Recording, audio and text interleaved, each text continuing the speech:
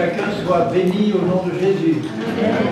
Et que le nom du Seigneur soit béni. Et que nous sommes ici d'abord pour glorifier le Seigneur, pour nous rappeler ce qu'il a accompli pour nous par amour et apprendre de lui comment marcher dignement de l'appel qu'il nous a adressé. Il nous a adressé un appel céleste à marcher sur cette terre comme lui a marché. C'est pour ça qu'il nous a fait passer par une nouvelle naissance. Il savait très bien que les pécheurs que nous étions, s'ils étaient seulement pardonnés, ne pourraient pas marcher comme lui a marché. Il fallait faire mourir ces pécheurs et les recréer à neuf à son image pour qu'ils puissent vraiment marcher comme lui a marché, dans l'amour, dans la joie, dans la paix et avant tout dans la sainteté. L'amour et la sainteté vont ensemble. Parce que nous étions sous l'esclavage du menteur et du prince de ce monde qui est le menteur et le père du mensonge. Et quand nous arrivons au Seigneur, on est vraiment entièrement formaté par le mensonge. On est contrôlé par des mensonges.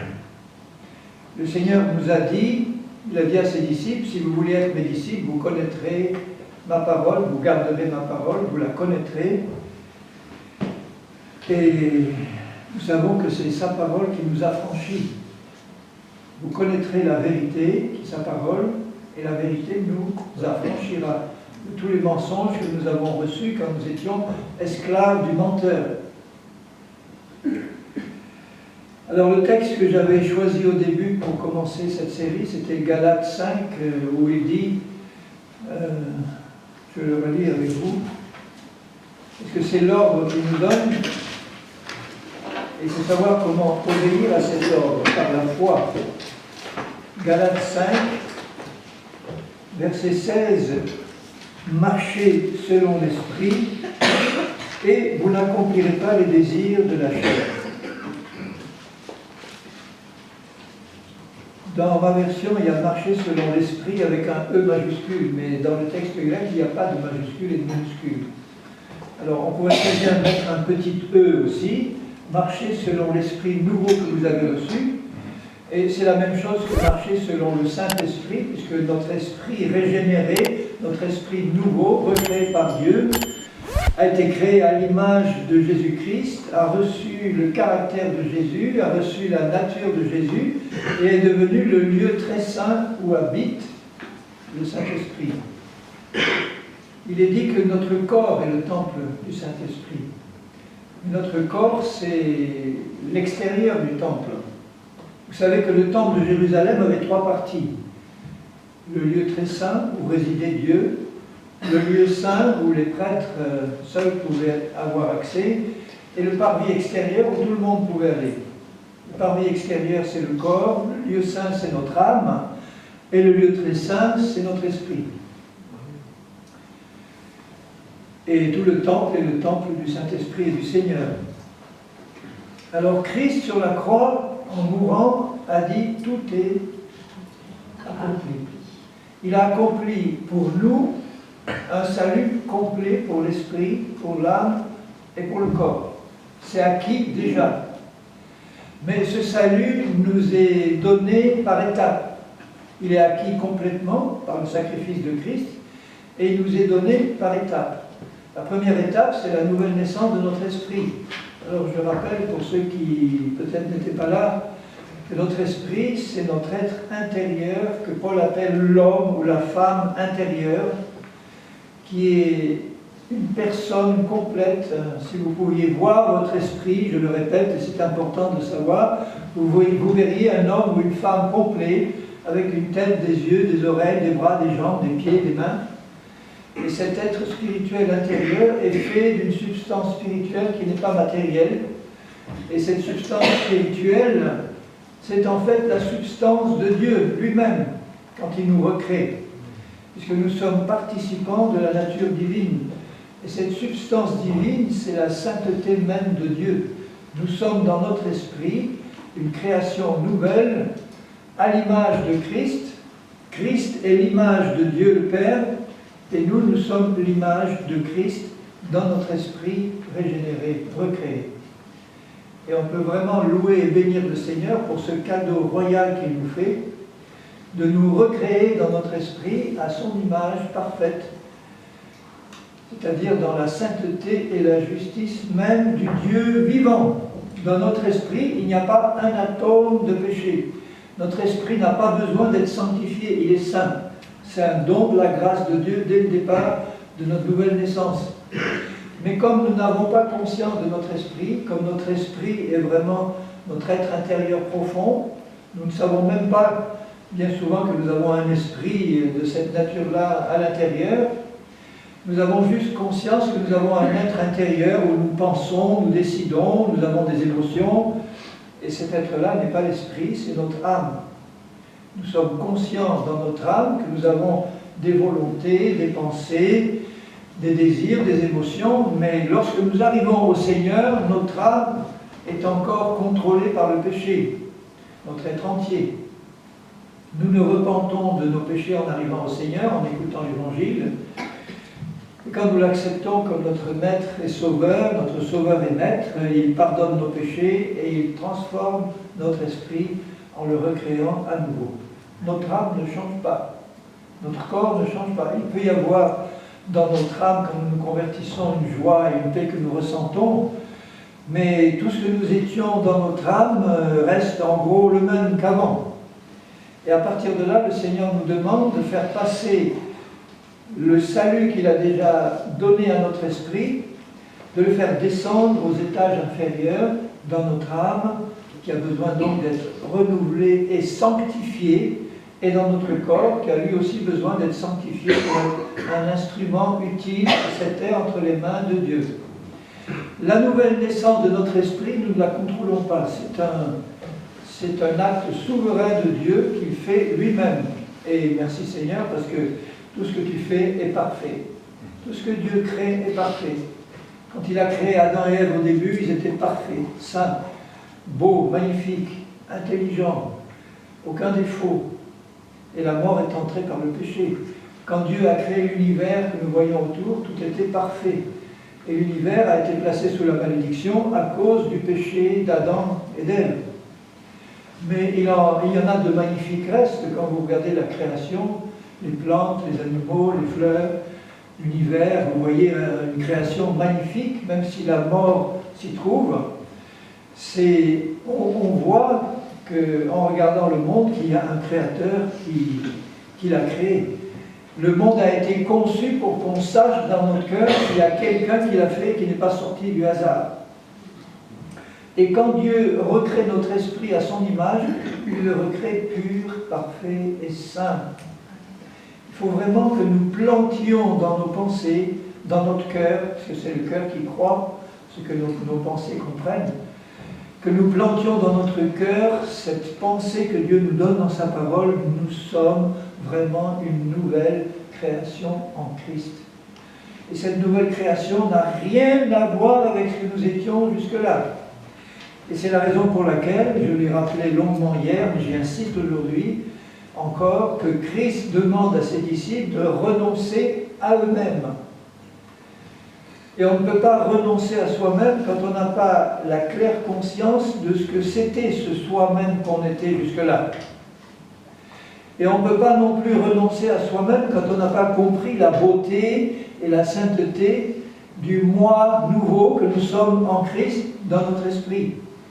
Même si on n'en a pas conscience, il faut accepter ce que Dieu nous dit, le prendre par la foi et bien intégrer en nous-mêmes en permanence. Au début, j'étais obligé de me le rappeler matin et soir en disant « Seigneur, aide-moi à ne pas oublier ce que tu dis que je suis. Je suis vraiment un fils de Dieu, ou une fille de Dieu si vous êtes une femme, recréé à neuf dans ma nature intérieure. Je suis un homme nouveau en toi par ta grâce. Je suis en toi et tu es en moi. Je suis installé déjà dans les lieux célestes dans mon esprit régénéré. Et c'est à partir de ces vérités-là qu'on a médité, qu'on a cru et qu'on a gardé dans notre conscience que nous pouvons commencer à marcher dans une réalité nouvelle parce qu'on l'a comprise et on l'a cru.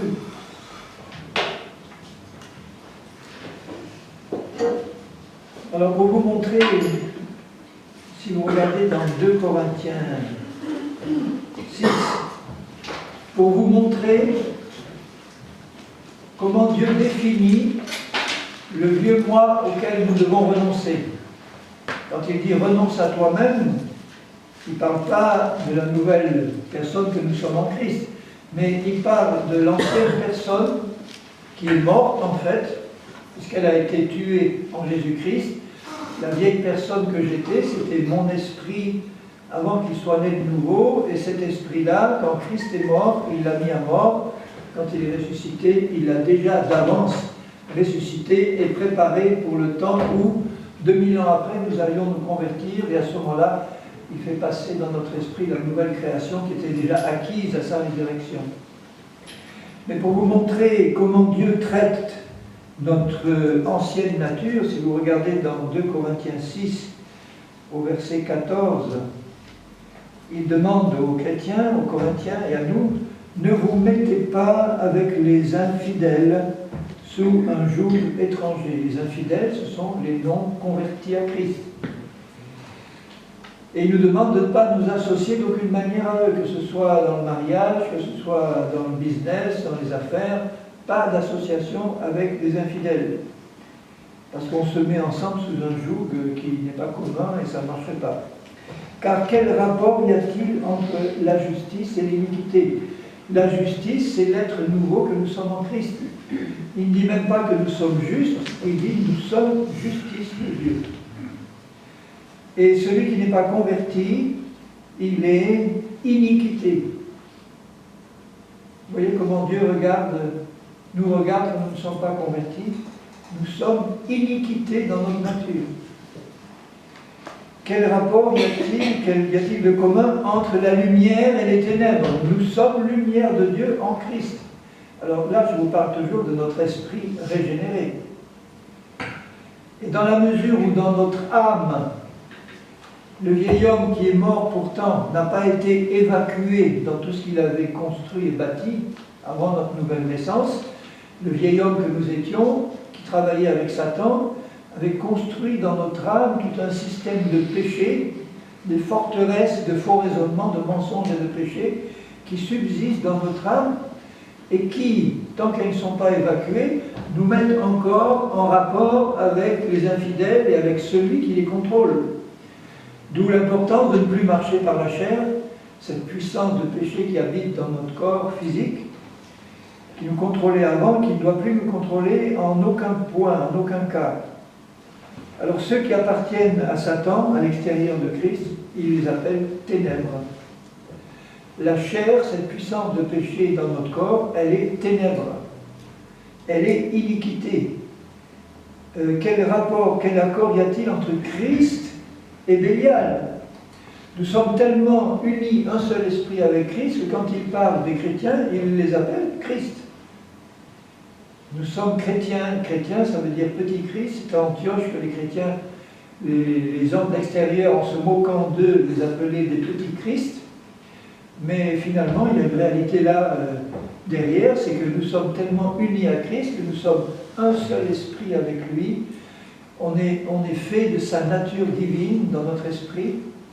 On a la même nature que lui dans notre esprit, sauf que lui est Dieu, nous sommes une création, mais unis à lui. Et c'est sa vie qui anime la vie de notre esprit. Quel rapport y a-t-il entre le fidèle et l'infidèle, entre le temple de Dieu, nous, et les idoles? Nous étions des idoles avant d'être le temple de Dieu. Car nous sommes le temple du Dieu vivant, comme Dieu l'a dit, j'habiterai, je marcherai au milieu d'eux, je serai leur Dieu, ils seront mon peuple.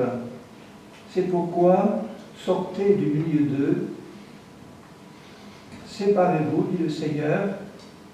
Il ne nous demande pas de sortir du monde de manière absolue, mais il nous demande de ne plus toucher à ce qui est impur, de ne plus le garder dans nos cœurs, de ne plus le pratiquer, de ne plus le garder dans nos pensées. Et donc ça, c'est un appel à la sanctification de notre âme et de notre corps, maintenant que notre esprit est saint. Et pour pouvoir bien nous sanctifier, il faut d'abord nous installer par la foi dans la position spirituelle que nous avons dans notre esprit. C'est-à-dire croire que nous sommes vraiment une nouvelle création, réaliser la sainteté de cette création, la beauté spirituelle de ce que Dieu a créé et qui nous a donné. Et pour ça, vous voyez bien que nous devons oublier et rejeter et renier ce que nous étions avant. Ne rien garder de ce que nous étions avant. Parce que quand vous voyez la description de ce que nous étions avant, vous voyez aussi que ce que nous étions avant, l'esprit qui nous contrôlait avant, subsiste dans la chair, qui est cette puissance de péché qui habite dans notre corps mortel. Je le répète, la chair n'est pas notre vieille nature. Nous n'avons qu'une seule nature, la nouvelle. Mais dans notre corps habite une puissance personnelle qui a des pensées, qui a des sentiments, qui a des désirs. C'est une personne, la chair. Elle fonctionne comme un démon. C'est comme si vous aviez dans votre corps un démon, mais ce n'est pas un démon, c'est de la même famille que les démons. La chair, elle a des pensées, elle a des sentiments, elle a des stratégies, elle a des ruses, contraires aux sentiments de l'esprit, et elle habite dans notre corps physique. Mais elle n'est pas nous-mêmes. Si vous croyez que la chair c'est vous, vous ne pouvez pas en être libéré. Sinon, en réalisant que Dieu vous a fait mourir à cette puissance, pour vous faire revivre dans une nature nouvelle, en vous faisant passer au travers de la croix, et dans cette nature nouvelle, ni la chair, ni les démons, ni Satan ne peuvent entrer pour nous contrôler. Notre esprit a échappé au contrôle de Satan. On parlera, je ne sais pas si ce soir ou demain, enfin, du problème de la délivrance des démons chez les chrétiens. Mais déjà, on peut dire qu'un chrétien ne peut jamais être possédé ni par Satan ni par un démon parce qu'il appartient à Jésus. Il est la possession de Jésus. Notre esprit a entièrement échappé à Satan et à ses démons puisqu'il est en Christ. Mais au niveau de notre âme et de notre corps, on peut être contrôlé, oppressé, opprimé, lié par des démons. Et la sanctification, c'est aussi l'évacuation de tout contrôle et de la chair et des démons au niveau de notre âme et au niveau de notre corps. Puisqu'on en parle, je vais en dire deux mots, de la délivrance des chrétiens.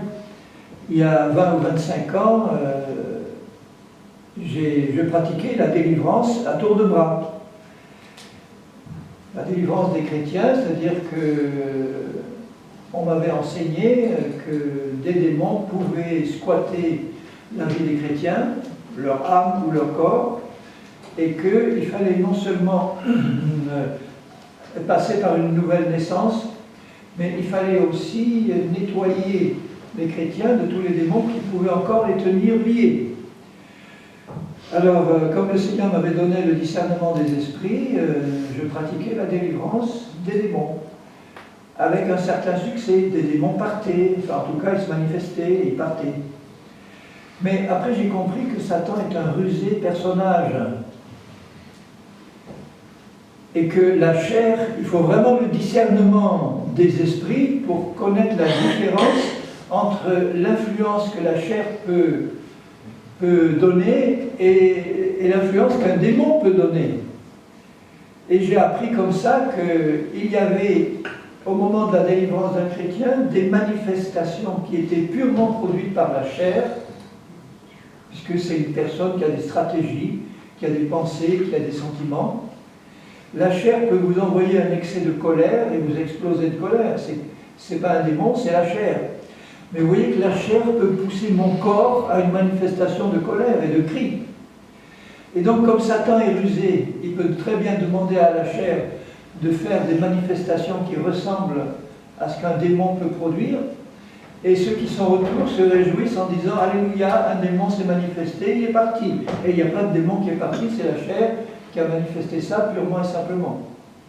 Vous pouvez avoir à l'inverse des démons qui partent sans aucune manifestation. Et comment s'en rendre compte à ce moment-là? Par le discernement des esprits, qui nous permet de voir s'il y a un démon ou pas, et s'il est parti ou pas. Et donc c'est un domaine dans lequel il faut être très prudent. Alors la délivrance des chrétiens, on me disait, mais regarde dans l'Évangile, dans la Bible, Jésus passe un temps considérable à délivrer des possédés ou des gens qui ont des démons. Mais en étudiant de plus près la question, je me suis rendu compte que Jésus pratiquait la délivrance de la manière suivante. Uniquement quand un démon se manifestait devant lui. Quand il est entré dans la synagogue de Nazareth, est-ce que vous pensez qu'avec le discernement de Jésus, il voyait immédiatement quels étaient ceux qui pouvaient avoir des démons dans leur vie? Bien sûr, il le voyait immédiatement. Mais il ne leur disait pas je vois que tu as un démon, viens, je vais te délivrer.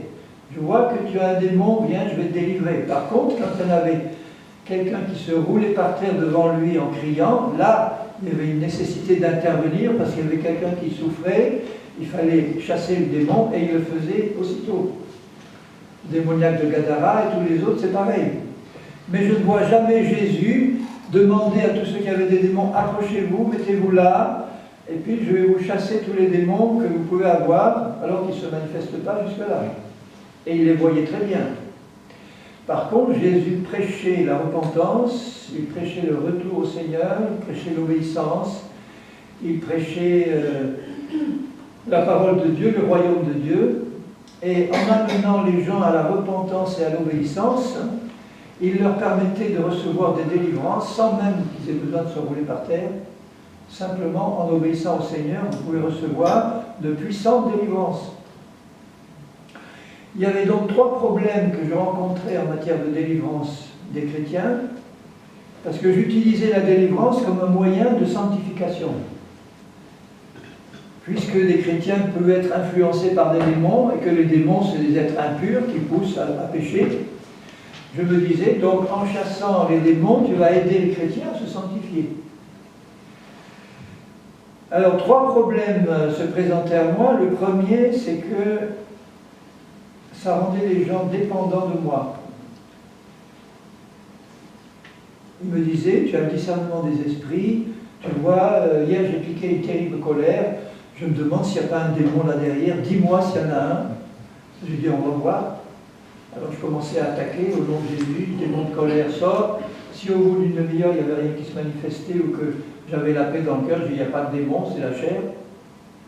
Mais là encore, je n'avais pas encore compris à cette époque que la chair et Satan pouvaient ruser, pouvaient simuler des délivrances alors qu'il n'y en avait pas.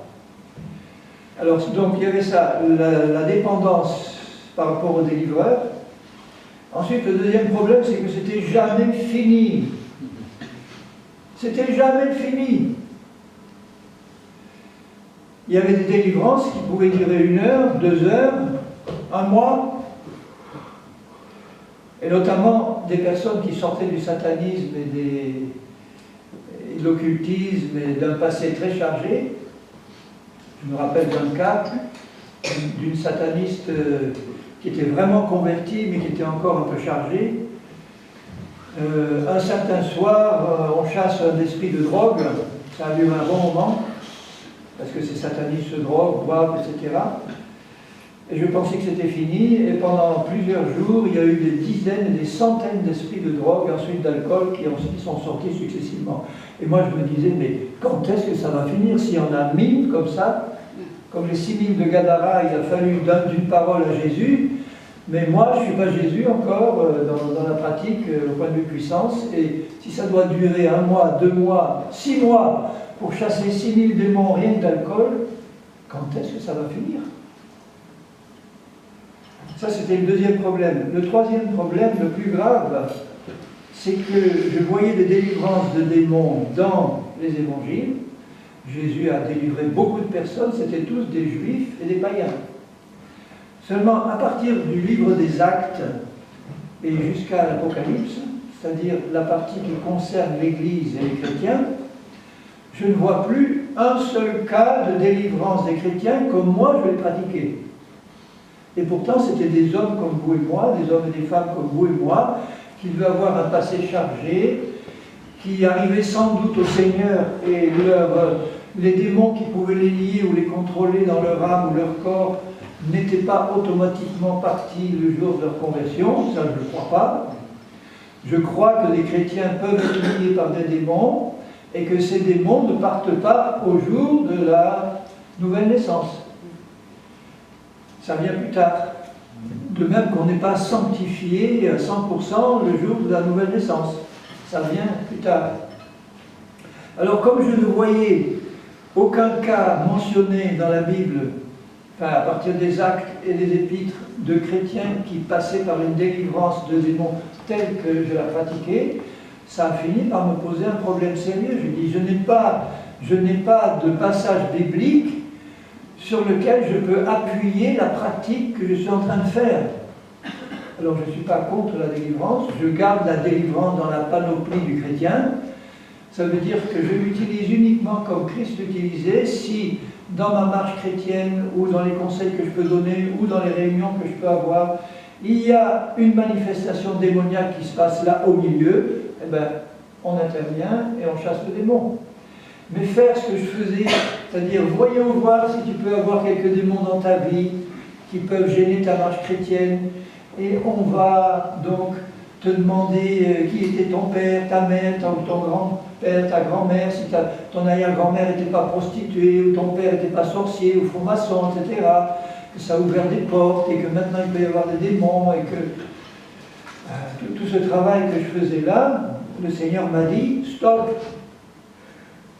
Alors qu'est-ce qu'il faut faire, Seigneur, pour les chrétiens, puisque de toute façon, ils peuvent être liés par des démons? Eh bien, fais ce que ma parole moi-même te dit. Prêche la croix, prêche la marche par l'Esprit, prêche la sanctification, prêche l'obéissance, prêche la repentance, prêche tout ce que je vois dans les actes et dans les épîtres, et laisse mon esprit, par ma parole, purifier et sanctifier mes enfants. Et je les voyais passer par des délivrances sans même une seule manifestation, et je savais qu'il y avait des démons qui étaient partis, parce que je ne les voyais plus par l'esprit. Ils étaient partis simplement parce qu'on recevait la parole et on obéissait. Vous recevrez, vous comprendrez la vérité, et la vérité vous affranchira. Elle affranchit la vérité. Maintenant, il peut y avoir des personnes qui sont vraiment chargées quand elles arrivent au Seigneur. Je me rappelle certains cas de personnes vraiment converties. Je le savais qu'elles étaient converties, elles avaient vraiment de tout leur cœur confessé Jésus. J'avais l'attestation qu'il y avait déjà du fruit qui était produit dans leur vie, un amour pour le Seigneur, pour sa parole, une confirmation du Saint-Esprit, mais quand même une charge spirituelle mauvaise sur leur vie, au point que, par exemple, on commençait une étude biblique, on lisait un passage un peu dur sur le sang de Jésus, ou le lac de feu, ou la croix qui avait vaincu Satan, et la personne tombait dans les pommes. Et priait pour qu'elle revienne, on recommençait l'étude, elle retombait dans les pommes. C'est difficile de faire une étude biblique dans ces conditions. Donc là, Dieu montre qu'il y a une puissance qu'il faut chasser, on la chasse. Mais c'est tout. Après, si tu es en état d'écouter, si tu es en état de comprendre, tu reçois l'enseignement, et en recevant l'enseignement par la foi, la vérité te libère. Et la vérité nous libère d'autant plus quand nous comprenons qui nous sommes dans l'esprit, quelle est la nouvelle personne qui a déjà complètement échappé à Satan et à tous ses démons dans notre esprit. C'est ce que nous sommes. Quand tu t'installes par la foi dans cette position, tu t'installes dans une position entièrement libre déjà, au niveau de ton esprit. Tu occupes cette position. Et là maintenant, tu vas travailler intelligemment avec Jésus pour sanctifier ton âme et ton corps. Donc la sanctifier, ça veut dire la purifier, notamment de l'emprise des démons, s'il peut y en avoir, de l'emprise de tous les mensonges qui peuvent exister au niveau de mon âme. Et le meilleur moyen de purifier mon âme, enfin les meilleurs moyens de sanctification dont la Bible parle, ce sont les suivants. Je vous les lis dans Actes, au début du livre des Actes. Rappelez-vous les Corinthiens. Les Corinthiens avaient un arrière-plan occulte épouvantable. Corinthe, c'était une des villes les plus pourries de l'époque. avec les temples sacrés des faux dieux, la prostitution sacrée, avec l'occultisme, le sacrifice humain. C'était vraiment, donc les Corinthiens qui sortaient de ce milieu-là, en arrivant au Seigneur, je vous garantis qu'ils ne sont sûrement pas tous libérés de toute emprise démoniaque sur leur vie. Et vous voyez que quand Paul parle aux Corinthiens, il leur dit, mais vous êtes charnels, que c'est pas possible. Il ne leur dit pas, vous êtes démonisés, vous avez besoin d'une grosse délivrance. Il leur dit, vous êtes charnels. La chair est une puissance de péché qui est contrôlée par Satan et par les démons. Ce n'est pas un démon, mais c'est une puissance de péché qui est aussi méchante, aussi mauvaise, aussi, j'allais dire aussi pire, mais enfin bon, c'est pas du bon français, qu'un démon. Ne pensez pas que la chair, c'est une puissance qui est moins mauvaise qu'un démon. Si vous regardez dans les œuvres de la chair, que dans les œuvres de la chair, il y a l'adultère, il y a aussi les meurtres, il y a l'occultisme, il y a la magie, il y a la sorcellerie, il y a les animosités, les divisions, les disputes, mais il y a tout le caractère de Satan là. Dans la chair, il y a l'orgueil de Satan, il y a l'égoïsme de Satan, il y a la haine de Satan, c'est au cœur de la chair. La chair a une nature qui est de la même nature que Satan lui-même et que ses démons lui-même. Alors si vous délivrez un chrétien d'un démon, c'était aussi un autre problème de la délivrance, c'est que Jésus a dit, si tu chasses un esprit et qu'après la maison est vide, balayée et ornée, alors vide, ça veut dire qu'il n'y a pas eu d'enseignement, elle n'est pas meublée de la parole, elle n'est pas occupée pleinement par le Seigneur, par sa parole, par son esprit. Qu'est-ce qu'il va faire? Il va en chercher 7 autres plus méchants. Il va de toute manière essayer de revenir, et s'il peut, la condition de cette personne sera pire qu'avant. Et ça se passe souvent en matière de délivrance. On a l'impression au début, il y a un démon qui est parti, on se sent soulagé, on est bien. Et comme la personne n'est pas forte spirituellement, comme la personne n'est pas établie dans la vérité, comme la personne n'est pas enracinée en Christ et dans sa parole, et qu'elle se retrouve seule et que le délivreur est parti, eh bien Satan et ses démons attendent le moment favorable, ils reviennent en force et ils réoccupent le terrain parce que la personne qui est là n'est pas en état de pouvoir elle-même résister. Elle n'est pas encore forte au point de pouvoir résister. C'est pour ça que le Seigneur, il nous dit finalement, laisse-la telle qu'elle est, tant qu'elle peut écouter, tant qu'elle peut comprendre, enseigne la parole, laisse la parole et mon esprit faire son œuvre d'édification et de libération, et je vous garantis que vous recevez là des délivrances sans même vous en rendre compte, en douceur. Je ne sais pas si vous avez assisté à des réunions de délivrance, j'en ai vu des dizaines et des dizaines, et quand je vois ces pauvres frères et sœurs passer par des heures de souffrance qui peuvent être terribles, des douleurs épouvantables, à baver, à vomir, à crier, à hurler, et nous on est là et on gigote autour. Ce n'est pas des choses que je vois là, prévues par le Seigneur pour ses enfants. Il veut leur éviter ça. Donc s'il y a un moyen d'être délivré en douceur, merci Seigneur pour ta compassion et ta miséricorde.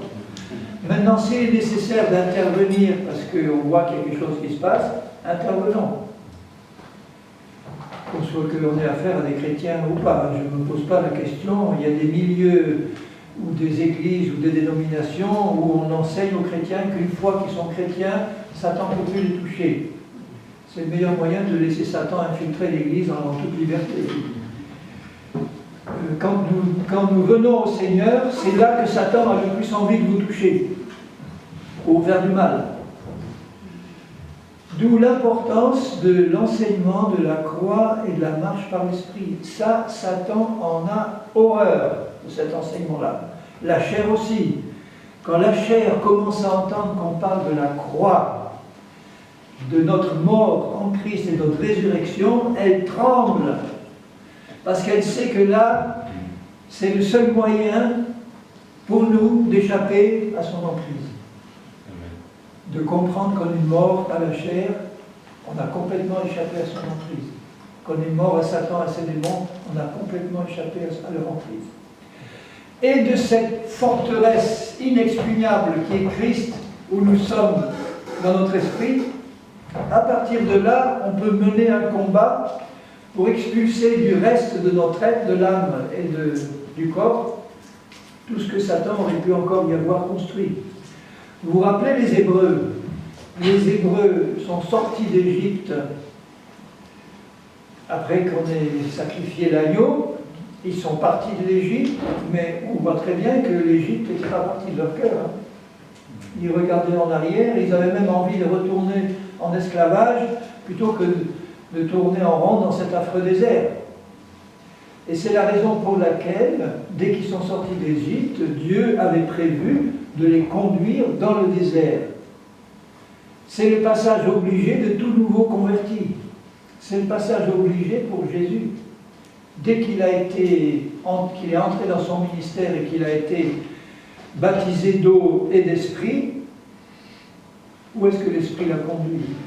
Dans le désert pendant 40 jours. Le peuple hébreu a été conduit dans le désert. Ce n'était pas la volonté de Dieu qu'ils y restent 40 ans, mais ils y sont restés 40 ans.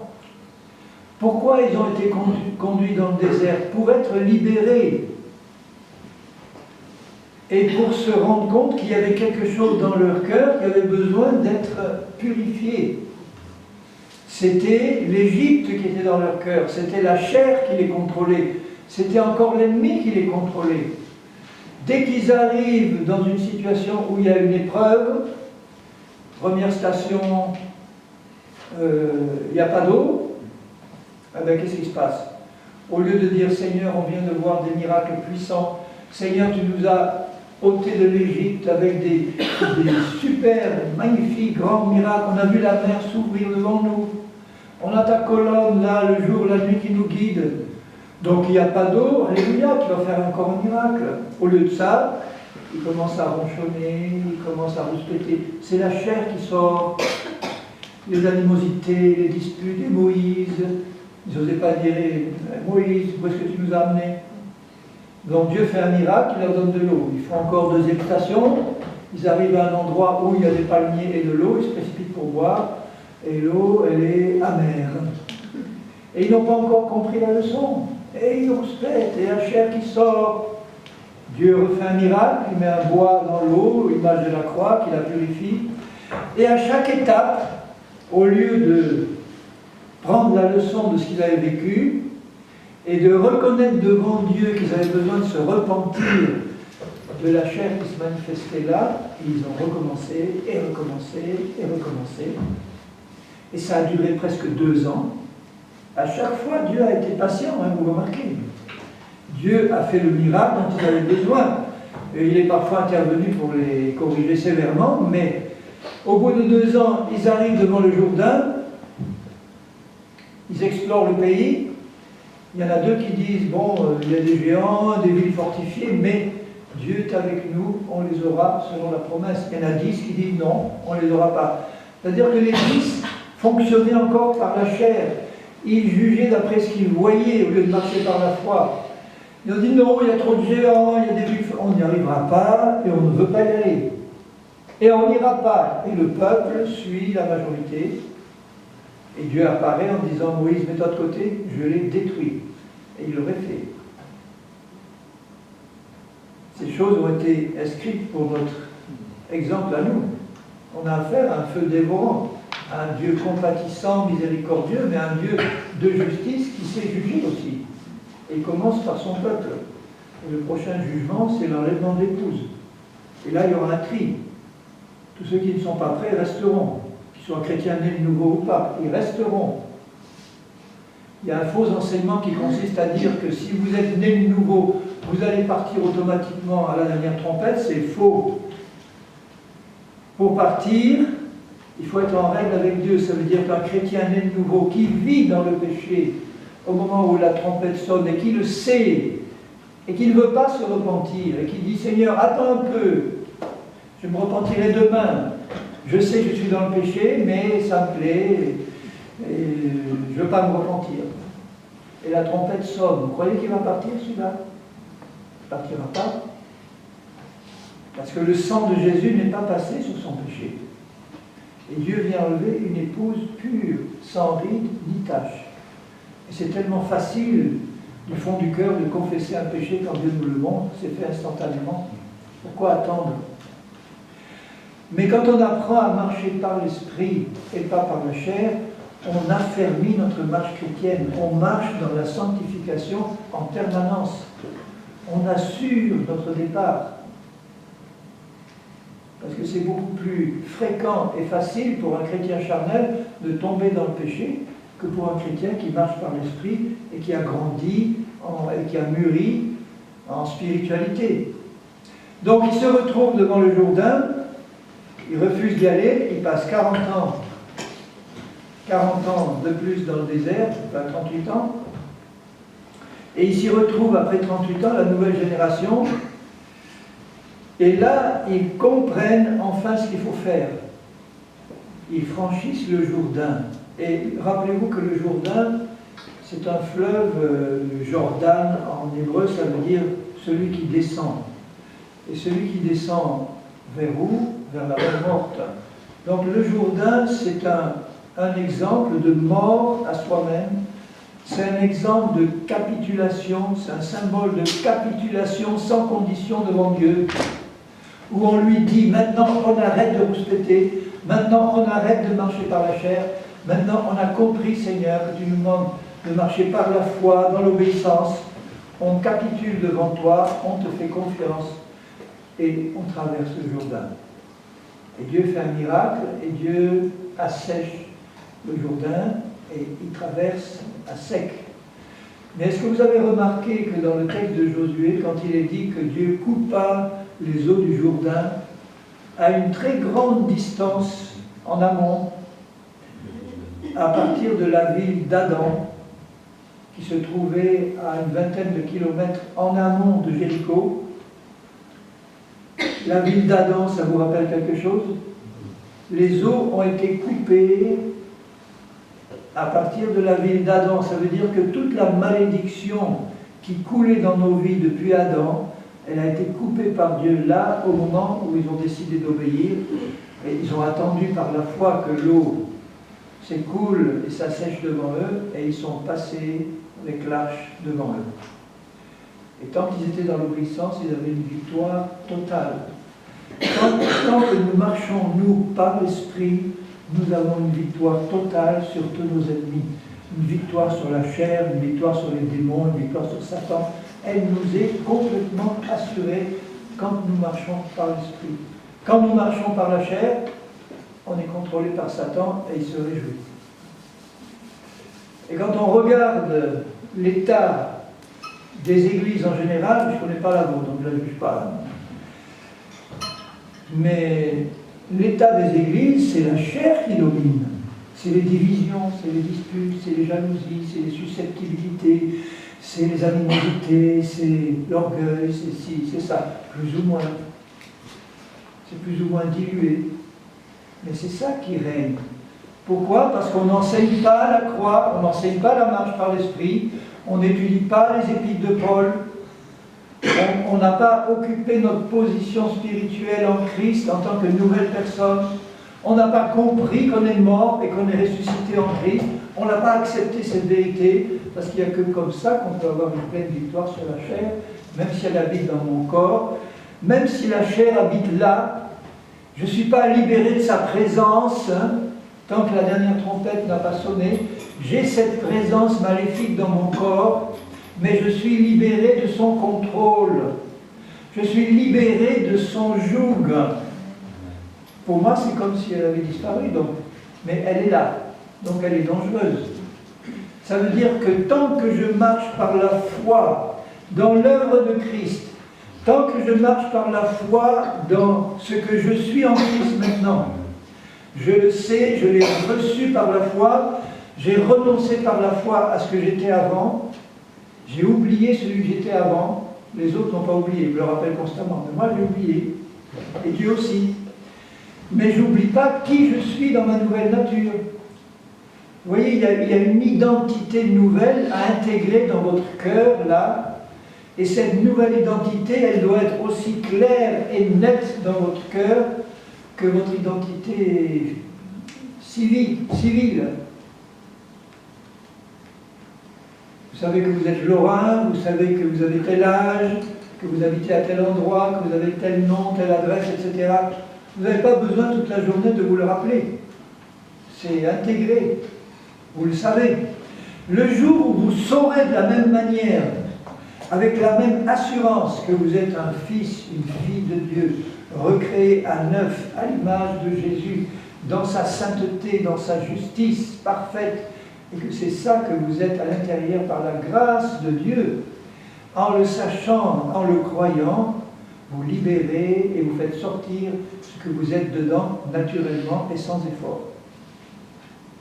Dès que vous l'oubliez, c'est-à-dire dès que vous vous laissez distraire par la tempête qui peut arriver, par le stress et par les manœuvres de distraction que l'ennemi met devant vous sur votre chemin, les épreuves qui se présentent là, et quand une épreuve se présente, l'ennemi en profite pour dire à la chair, allez, sors, sors. De même que chez les Hébreux, quand l'épreuve était là, la chair sortait parce qu'ils n'avaient pas appris et ils ne pouvaient pas apprendre. Dans l'Ancienne Alliance, ils ne pouvaient pas apprendre à marcher par l'Esprit. Ils avaient accès au pardon de leurs péchés, ils avaient accès à la nouvelle naissance, ils n'avaient pas accès à la marche par l'Esprit parce qu'ils ne connaissaient pas la puissance de la croix. Ils n'avaient pas le Saint-Esprit en permanence en eux, à part quelques rares personnages, prophètes ou rois, et encore pas tout le temps. Et nous avons tout ce qui contribue à la vie et à la piété en Christ. Nous avons tout. Pourvu que nous le sachions, pourvu que nous l'acceptions par la foi, pourvu que nous nous y installions et pourvu qu'on ne l'oublie pas 24 heures sur 24. Donc commencez à le pratiquer demain matin quand vous allez, dès que vous ouvrez les yeux, vous regardez le Seigneur par la foi et vous dites « Seigneur, je te bénis que je suis une créature si merveilleuse. » Dans ma nouvelle nature. Il ne s'agit pas d'être aveugle aux défauts qu'on peut avoir encore dans la pratique. Il ne s'agit pas de dire maintenant dans la pratique je suis parfait. Non, il s'agit de savoir qu'à l'intérieur, dans la vraie personne que vous êtes devant Dieu, il a fait de vous une créature à son image, merveilleuse, pure, sainte et juste. Alors méditez là-dessus. Dites Seigneur, aide-moi tout au long de cette journée à ne pas oublier cette vérité, à la garder dans ma conscience constamment. Quoi que je fasse, aide-moi à ne pas me laisser distraire par les stress, les épreuves qui peuvent se produire et qui vont, si je n'ai pas l'habitude de fonctionner comme ça, qui vont me faire oublier qui je suis. Exactement comme quand Jésus marchait sur l'eau en pleine tempête, vous vous rappelez que Pierre ose lui dire « Seigneur, si c'est toi, ordonne que je vienne en marchant sur l'eau ». Il était quand même... c'est quand même à part Jésus le seul homme qui a marché sur l'eau. Enfin, il y en a eu d'autres qui l'ont fait par la suite, mais en tout cas, raconté dans la Bible, c'est le seul. Et Jésus lui dit un mot, viens.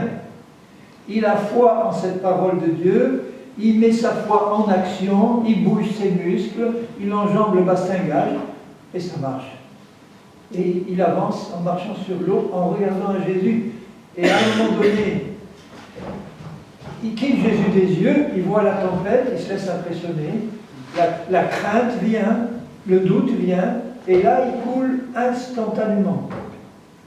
Donc vous pouvez marcher par l'esprit pendant 1 heure, et puis parce que vous n'êtes pas encore bien établi dans votre nouvelle identité, les mauvaises habitudes elles sont encore trop proches, ce que vous étiez avant c'est encore trop présent, il y a quelque chose qui se passe, il y a une épreuve qui vient.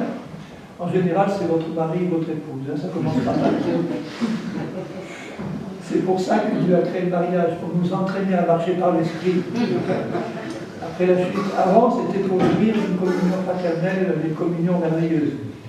Mais un couple qui marche par l'esprit, je vous garantis que là, vous retrouvez une communion splendide et merveilleuse que personne d'autre ne peut connaître que cette terre.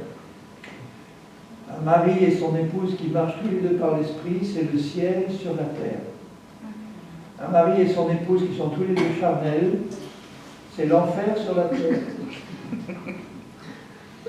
Une église composée de chrétiens en majorité charnelle, c'est un enfer. C'est pas vraiment l'enfer tel qu'il est, c'est un. C'est-à-dire il y a tellement de problèmes, de conflits, de souffrances. Je connais des chrétiens qui me disent, moi je ne veux plus fréquenter une seule église. Les chrétiens, j'en ai ras-le-bol. Et tu es chrétien toi aussi? Oui, mais moi, non, je ne peux plus, j'ai trop souffert. Je dis, mais essaye quand même. Ah non, j'ai trop souffert, ah non, je ne peux plus. Et c'est triste. Alors ils sont isolés dans un coin, sans communion fraternelle, et ils sont une proie facile pour l'ennemi. Dieu veut que son Église soit un havre de paix, soit un hôpital céleste où on guérit les malades, où on guérit les cœurs brisés. Et pour ça, il faut vraiment que la chair soit réduite à l'impuissance. Et elle l'est déjà dans votre esprit. Donc si vous tous qui m'écoutez là, vous recevez ce message par la foi, et vous croyez ce que Jésus dit que vous êtes, et vous lui demandez son aide, au moins au début, pour ne pas oublier cette identité nouvelle qui vous est révélée dans sa parole, vous la méditez, cette identité, vous réalisez qui vous êtes en Christ, regardez Jésus, vous voyez le modèle parfait, vous êtes comme lui, vous êtes aussi rempli d'amour que lui, mais oui, ne me regardez pas avec cet air incrédule, mais oui, vous êtes aussi rempli d'amour que lui, de joie, de paix, de patience, mais c'est dans l'esprit, vous ne le sentez peut-être pas, mais c'est là. C'est comme si vous aviez au-dessus de la tête un réservoir immense, rempli de bénédictions, d'une eau cristalline. Et puis là, vous êtes en train de patauger dans la boue, et puis vous criez à Dieu pour qu'il vous envoie un peu d'eau, et lui vous dit, mais ouvre la vanne!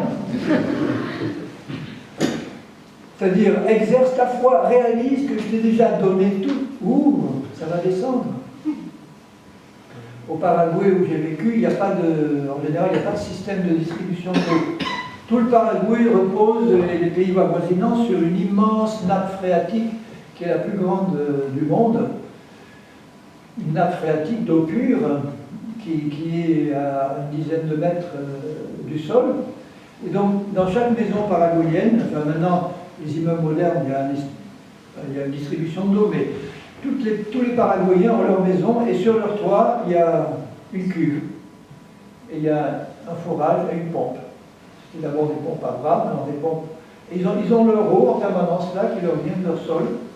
Ils ont au-dessus de la tête une réserve d'eau permanente qui pompe et qui leur est une belle eau pure qui leur est disponible. Nous sommes comme eux. On a au-dessus de nos têtes, dans notre esprit, un réservoir de pureté, de sainteté absolue. Nous le sommes en Christ. Ouvrons les vannes par la foi et puisons, laissons couler. Est-ce que vous vous rappelez la parabole des vierges? Je vais vous lire quelques passages dans Matthieu 25. Ça va, j'ai encore un quart d'heure. Quand je suis parti là-dessus, on ne m'arrête plus. Je suis capable de prêcher 10 heures sans arrêt. Je l'ai fait, et au bout de 10 heures, ils étaient claqués, mais moi j'étais en parfait. Il y a eu des pauses, évidemment. Ça, c'est ce que je préfère. Un séminaire de 3 jours, de 10 heures du matin à 10 heures du soir. On ne pense à rien d'autre qu'à se plonger dans la parole, à la méditer, à répondre aux questions, à partager, à prier, à passer un moment ensemble. Ah Seigneur, donne-moi encore des moments pareils. Alors dans Matthieu 25, il dit, alors, il vient de parler du retour du Seigneur juste avant. Au verset 46 de Matthieu 24, il dit « Heureux ce serviteur que son maître à son arrivée trouvera faisant ainsi, c'est-à-dire travaillant, étant veillant et priant. » Alors, donc au moment du retour du Seigneur, le royaume des cieux sera semblable à 10 vierges. La virginité, c'est le symbole de la nouvelle naissance. 10 vierges qui, ayant pris leur lampe, allèrent à la rencontre de l'époux. Elles font ça depuis 2000 ans, les vierges. Les vierges, c'est les chrétiens nés de nouveau en Christ. La lampe, il y a un verset des Proverbes qui dit « L'esprit est une lampe de l'Éternel. » La lampe allumée, c'est la nouvelle naissance. Notre esprit est allumé quand on est né de nouveau. Autrement, il est dans les ténèbres. La lampe est allumée, il y a de l'huile dans la lampe, dans l'esprit. Tout chrétien né de nouveau est né de l'esprit et il a le Saint-Esprit dans son esprit. Mais il n'est pas forcément rempli de l'esprit. Pour être rempli de l'esprit, il faut le demander à Dieu parce que Dieu donne son esprit à ceux qui le demandent et qui lui obéissent. Il ne va pas remplir de son esprit ceux qui ne lui demandent pas. Je connais des chrétiens qui me disent « Moi, je ne peux pas être rempli ». Je dis « Pourquoi ?» Parce que quand je vois tous ces débordements chez les pentecôtistes, quand je vois tous ces excès de ceux qui disent qu'ils sont remplis, quand je vois toutes ces choses abominables qui peuvent se passer, bon, arrête. Mais, donc je ne veux pas, moi, être rempli, si c'est ça. Ils ont peur. Alors que si on demande du pain, il ne va pas nous donner une pierre. Hein. Si on demande du poisson, il ne va pas nous donner un serpent. Alors, si vous, dit Jésus, méchant comme vous êtes, vous savez donner des bonnes choses à vos enfants, à combien plus forte raison Dieu donnera son esprit à ceux qui le demandent. Et les deux premiers commandements de Jésus à ses disciples, c'est quoi? À part les tout premiers qui dit repentez-vous et acceptez-le comme sauveur. Dès qu'on a accepté le Seigneur comme sauveur et Seigneur, les deux premiers commandements, c'était il faut que tu sois baptisé d'eau et d'esprit. L'Église primitive baptisait d'eau le jour de la conversion. N'attendez même pas le lendemain. Quand Pierre a vu que Corneille et sa famille étaient baptisés de l'Esprit, il n'a même pas attendu le lendemain pour les baptiser, il ordonna qu'ils soient baptisés d'eau immédiatement. Et pourtant, c'était une belle prise. Un centurion romain, c'était un officier supérieur. Ils auraient pu penser charnellement, dimanche prochain, au camp 15, on va organiser une grande cérémonie, on va inviter le général romain, on va faire une cérémonie, on va les habiller en blanc, on va faire un gros baptême. Non, il ordonna qu'ils soient baptisés immédiatement.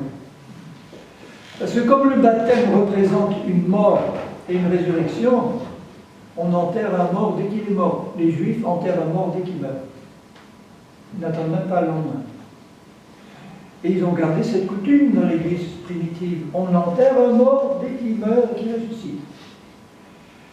Donc, Jésus dit, faites de toutes les nations des disciples, baptisez-les au nom du Père, du Fils et du Saint-Esprit, et apprenez-leur à obéir à tout ce que je vous ai ordonné. Et l'ordre numéro 1, c'est passer par l'eau du baptême. Pierre ordonna qu'il soit baptisé, il transmet l'ordre. Ce n'est pas donc le baptisé ou nous qui attendons que le baptisé veuille bien demander à être baptisé. Nous transmettons l'ordre de Jésus à eux d'obéir ou de refuser. Ils peuvent refuser. Mais nous le transmettons. Ensuite, Jésus leur dit, après leur avoir dit « Allez dans le monde entier », il ajoute « Maintenant, ne bougez plus de Jérusalem. » Tant que vous n'avez pas reçu la puissance d'en haut. Il a dit ça à des centaines de disciples, et le jour de la Pentecôte, ils étaient combien à attendre? 120. Où étaient les autres? Ils étaient retournés à leurs affaires. Jésus avait dit, dans peu de jours, vous serez baptisés de l'Esprit. Vous recevrez une puissance et vous serez mes témoins. Il devait être rempli de l'Esprit, même pour servir aux tables. Tous les Corinthiens étaient remplis de l'Esprit. C'est pas ça qui a fait d'eux des chrétiens spirituels dès le début, mais ils avaient l'équipement nécessaire pour le devenir.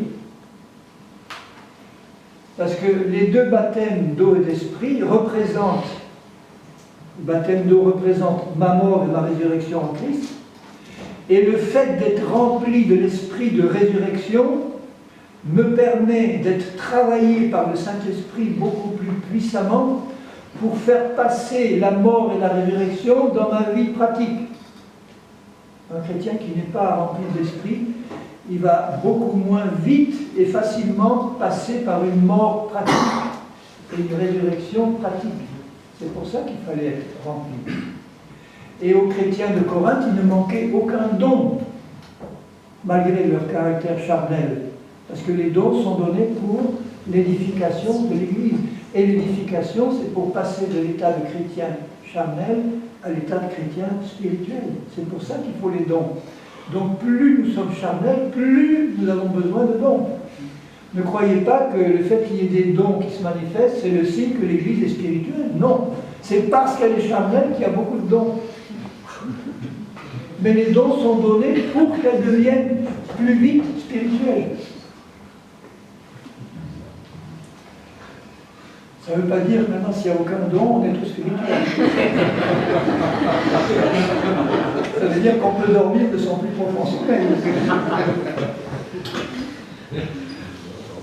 Donc, aspirons aux dons, mais d'abord à l'amour. Donc là, 5 d'entre elles étaient folles, 5 sages. Les folles, en prenant leur lampe, ne prirent pas d'huile avec elles. Mais les sages prirent avec leur lampe de l'huile dans des vases. Notre esprit, c'est un trésor. Et ce trésor, il est dans un vase de terre. La lampe allumée représente notre esprit régénéré. Le vase d'appoint représente l'âme et le corps. 5 étaient folles, ça veut dire qu'elles n'avaient pas pris la peine dans leur âme et dans leur corps d'être imbibées du Saint-Esprit, remplies du Saint-Esprit. Les autres avaient leur vase plein. Alors on peut dire, si vous voulez, les unes n'étaient pas pleines du Saint-Esprit, les autres, oui. Elles avaient toutes le Saint-Esprit dans leur lampe, mais les unes avaient le vase vide, n'en avaient pas, et les autres avaient le vase plein. Donc elles avaient une réserve suffisante pour tenir jusqu'à l'arrivée de l'époux. Et comme l'époux tardait, toutes s'assoupirent et s'endormirent. Ça, dans l'histoire, c'est ce qui s'est passé. Et au milieu de la nuit, on cria, c'est-à-dire bientôt, voici l'époux, allez à sa rencontre. Aujourd'hui, le Saint-Esprit parle dans la terre entière pour dire à l'épouse, pas à l'Église visible. L'Église visible, c'est tous les chrétiens qui se disent chrétiens, qu'ils soient catholiques, orthodoxes, protestants, etc. On est chrétiens, mais on n'est pas né de nouveau, on n'est pas baptisé d'eau et d'esprit, on ne marche pas dans la sanctification, on ne fait pas partie de l'épouse de Christ, qui est la seule Église véritable. Alors, toutes se réveillent et préparèrent leurs lampes. Les folles dirent aux sages, donnez-nous de votre huile, nos lampes s'éteignent. Les sages répondirent non. Moi, je ne peux pas, ma réserve de Saint-Esprit, je ne peux pas te la communiquer, c'est personnel. Chacun doit demander à celui qui la donne, c'est-à-dire à Dieu, le Saint-Esprit.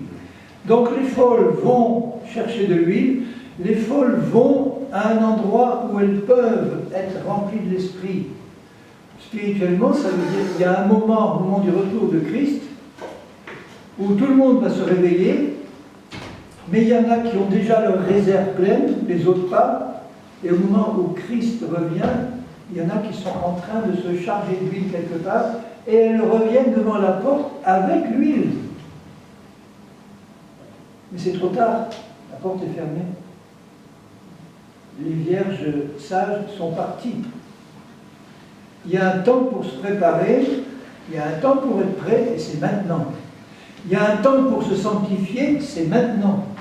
On ne connaît ni le jour ni l'heure, il faut se sanctifier maintenant. Dès le premier jour de la conversion, on commence à se sanctifier dans notre âme et notre corps. Et quand les autres viennent, elles ont dit, Seigneur, Seigneur, ouvre-nous, mais il répondit, je ne vous connais pas. Ça ne veut pas dire qu'elles sont perdues. Les chrétiens nés de nouveau, qui ne se sont pas sanctifiés, qui n'étaient pas remplis, ou qui vivaient dans le péché au moment où Jésus revient, qui ne se sont pas repentis, ne vont pas perdre leur salut. Ils restent vierges. Ils vont traverser la tribulation, alors que l'épouse va partir, et c'est le départ de l'épouse qui va marquer le début de la tribulation. Quand j'entends ces divisions entre chrétiens qui disent non, l'Église doit être enlevée avant, au milieu, après, à la fin, moi je leur dis, mais vous avez raison tous. Une partie de l'Église visible, l'épouse va être enlevée avant, c'est ça qui marque le début de la tribulation, et les autres vont traverser la tribulation, et le choix sera simple, la marque de la bête ou la mort. Tous ceux qui vont être attrapés par l'Antichrist, il leur fera le choix simple, tu prends la marque de la bête, sans laquelle personne ne peut ni acheter ni vendre, et tous ceux qui la prendront devront adorer l'Antichrist comme Dieu, seront possédés par des démons et perdus définitivement. Ceux qui vont se réveiller à ce moment-là en disant « Bon, ben maintenant, on va garder notre salut en acceptant de rester fidèles, malheureusement trop tard, il aurait fallu le faire avant, mais on reste fidèle maintenant au Seigneur, on refuse la marque, et ils sont décapités. » Et ils forment cette grande foule qui, autour du trône là, crie à Dieu pour la justice, et Dieu leur dit « Attendez que le nombre de ceux qui doivent être mis à mort comme vous soit complet. » Tous ceux qui sortent de la grande tribulation comme martyrs vont ressusciter au début du millénium et vont régner avec l'Église pendant les 1000 ans, mais ne font plus partie de l'épouse. L'épouse aura été enlevée. Alors vous voyez combien le message de la croix et de la marche par l'Esprit est important, parce qu'il nous permet d'être remplis d'huile, il nous permet de marcher d'une manière digne du Seigneur, il nous permet d'affermir notre marche chrétienne, il nous permet de donner un témoignage à la gloire de Dieu. Il n'est pas nécessaire de savoir marcher par l'Esprit pour être enlevé. Hein. Faites pas dire ce que je ne dis pas. Un chrétien charnel peut très bien être enlevé, pourvu qu'il soit né de nouveau, bien sûr, baptisé d'eau et d'esprit. Bon, en principe, tout le monde l'est. À propos du baptême de l'Esprit, si vous êtes pentecôtiste, on a dû vous dire certainement que vous êtes baptisé de l'Esprit quand vous avez parlé en langue. En fait, c'est l'inverse qu'il faut faire. Le jour de la Pentecôte, ils furent remplis d'abord et ils se mirent à parler en langue ensuite. Et le parler en langue a été le signe qu'ils avaient été remplis. Donc, si vous voulez être baptisé du Saint-Esprit, rien de plus simple. Je ne vous demanderai pas si vous parlez en langue ou pas, je dirai simplement, est-ce que vous avez demandé à Dieu d'être rempli du Saint-Esprit? Oui, 100 fois. Est-ce que tu as cru qu'il t'a rempli quand tu lui as demandé? Ben non, parce que je ne parle pas en langue. Là, vous raisonnez faussement. Les 120 qui étaient là étaient dans la foi. Ils attendaient la promesse du Seigneur. Il a fait venir des flammes de feu et ils ont entendu un bruit, parce que sinon, comme on n'entend pas le Saint-Esprit normalement et qu'on ne le sent pas, ils n'auraient jamais su qu'il était là. Pour la première fois, c'était nécessaire. Mais maintenant que le Saint-Esprit est répandu, si vous n'êtes pas encore baptisé de l'Esprit, avant qu'on se quitte ce soir, vous allez l'être, maintenant même. Avec moi, vous demandez à Dieu, Seigneur, remplis-moi de ton esprit. Je veux être rempli. Faites cette prière maintenant si vous ne l'êtes pas. Seigneur, je veux être rempli de ton esprit. Et je sais que tu veux me remplir, le premier bien plus que moi, je le désire. Seigneur, remplis maintenant tous ceux qui le demandent. En faisant confiance à ta parole, il dit Dieu donne son esprit à ceux qui le demandent. Et maintenant, vous croyez qu'il vous a rempli, selon sa fidélité et selon sa parole. Il a rempli tous ceux qui le demandent, et ceux qui le croient maintenant, ils sont baptisés de l'Esprit.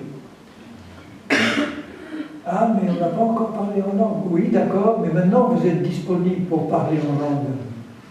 Parce que vous croyez que vous êtes rempli. Maintenant, à tout moment, vous pouvez laisser, quand vous voulez, l'Esprit, qui ne demande que ça, s'exprimer par votre bouche. Vous offrez votre bouche et vos cordes vocales au Seigneur, et vous laissez sortir, vous pouvez le faire maintenant, mais vous pouvez le faire chez vous, vous laissez sortir les langues que le Saint-Esprit veut immédiatement vous donner.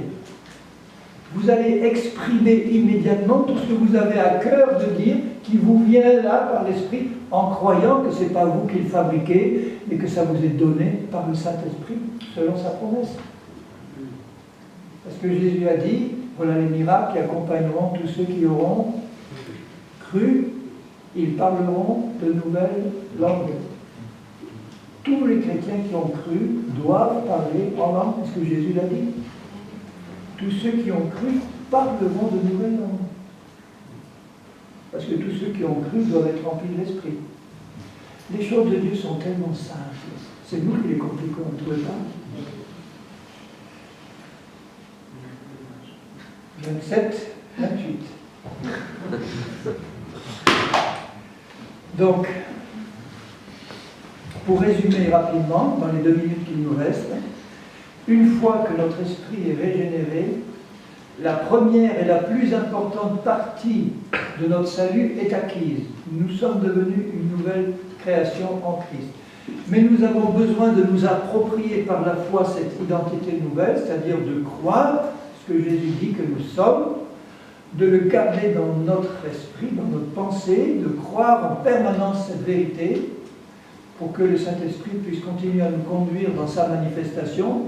Et à partir de là, nous entrons dans un processus qui ne doit pas s'arrêter jusqu'au retour du Seigneur, de sanctification de notre âme et de notre corps.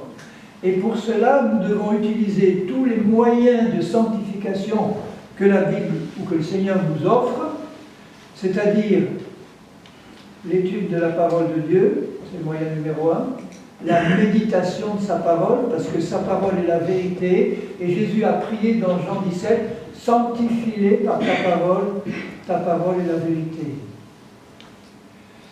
L'enseignement des apôtres, qui est l'enseignement des épîtres,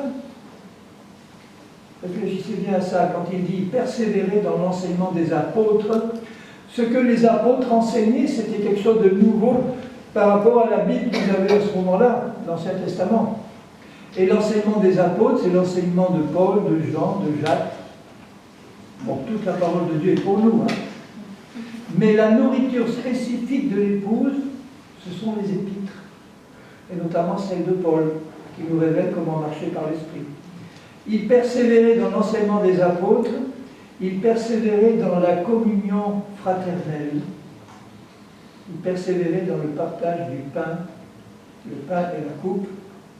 Ce n'est pas les agapes, non simplement, c'est le pain et la coupe. Et il persévérait dans les prières. Et quand on persévère dans ces moyens d'édification, nous persévérons dans la purification de notre âme et de notre corps. Et pour moi, le moyen, à part la parole, le moyen le plus puissant de purification et de sanctification, c'est la prière. C'est la prière, en français bien sûr, et en langue en particulier. C'est un moyen extrêmement puissant d'édification personnelle. Et vous vous rappelez que quand on parle d'édification, on parle de perfectionnement, et quand on parle de perfectionnement, on parle de sanctification. Merci mes bien-aimés, que j'aime de l'amour du Seigneur, de votre attention soutenue. Et demain, nous allons continuer à étudier le processus de sanctification de l'âme et du corps. Et donc là, je vais être obligé de parler, obligé parce qu'il le faut, des forteresses que l'ennemi a bâties dans notre âme et la manière de les raser. Et ensuite, la purification du corps. Là aussi, il faut parler de la guérison du corps, puisque le salut complet nous est donné en 3 étapes. Le salut de l'esprit, c'est la nouvelle naissance. Le salut de l'âme, c'est le renouvellement de l'intelligence et des sentiments, pour remplacer tout ce qui vient de la chair par ce qui vient de l'esprit. On expliquera aussi demain les combats qu'on peut avoir au niveau de l'âme, entre ce qui vient de la chair et ce qui vient de l'esprit, et qui se bouscule au niveau de notre âme. Et puis la sanctification de notre corps, ça passe par la délivrance de toute emprise, mais aussi par la guérison de notre corps. Parce que le Seigneur veut que nous ayons un corps en bonne santé jusqu'au bout. C'est sa volonté, vous le croyez. Pour une raison simple, c'est que sur la croix, il a aussi porté nos maladies et nos infirmités. Et je vous rappelle que vendredi soir, nous allons prier pour tous les malades qui auront besoin de prière ou qui demanderont la prière, sous une forme ou une autre, mais je m'attends vendredi, je m'attends à ce que tous les malades soient guéris, tout simplement. Parce que c'est la volonté de Dieu. Vous vous rappelez que dans les réunions de Jésus, tous les malades étaient guéris. Au début du livre des Actes, acte 5, tous étaient guéris. Au dernier chapitre des Actes, Acte 28, tous ont été guéris à Malte. Donc dans la pratique de l'Église primitive, la guérison faisait partie du processus de salut de notre être, exactement comme le salut de notre esprit, le salut de notre âme, le salut de notre corps. C'est aussi une manière de marcher par l'esprit, au niveau du corps. Alléluia, merci Seigneur. Encore des bonnes choses devant nous. Seigneur, nous voulons ensemble te rendre grâce et gloire. Vraiment, j'ai sur le cœur de te rendre gloire, mon Père, de nous avoir donné Jésus-Christ. Et Seigneur Jésus, j'ai sur le cœur, et nous l'avons tous aussi, le besoin et le désir de te rendre gloire à toi, parce que tu es le seul digne de recevoir toute la gloire, tout l'honneur, toute la puissance, toute la louange, les actions de grâce pour ce que tu as fait, pour ce que tu as accompli. Tu as vraiment accompli une œuvre parfaite. Et tu veux que cette œuvre, elle se manifeste pleinement dans tout notre être, l'esprit, l'âme et le corps. Tu veux que ton nom soit glorifié par l'accomplissement de ta parole complète. Et Seigneur, nous qui sommes tes enfants, nous désirons aussi ardemment te voir te manifester dans ton Église, au milieu de nous, par l'accomplissement de ta volonté. Tu as dit, Seigneur, quand tu as appris à tes disciples à prier, tu as dit, prie comme cela, que ta volonté, Père, soit faite sur la terre comme au ciel. Et au ciel, il n'y a personne qui marche par la chair. Au ciel, il n'y a pas de malade, il n'y a rien, il n'y a pas d'infirme, il n'y a pas de vol, il n'y a pas de menteur, il n'y a rien de tout ça. C'est la pureté, c'est la sainteté. Seigneur, tu veux que sur la terre, dans ton épouse, dans ton Église, ta volonté soit faite. Alors merci de continuer à ouvrir notre intelligence à ta parole. Aide-nous à la garder en esprit et en vérité, et qu'elle produise dans nos vies tous les bons fruits que tu veux qu'elle produise. Au nom de Jésus-Christ. Amen. Amen. Soyez tous bénis, passez une bonne nuit de repos, et j'espère à demain. À moins que Jésus soit revenu avant, mais en tout cas, ce serait la meilleure chose pour nous.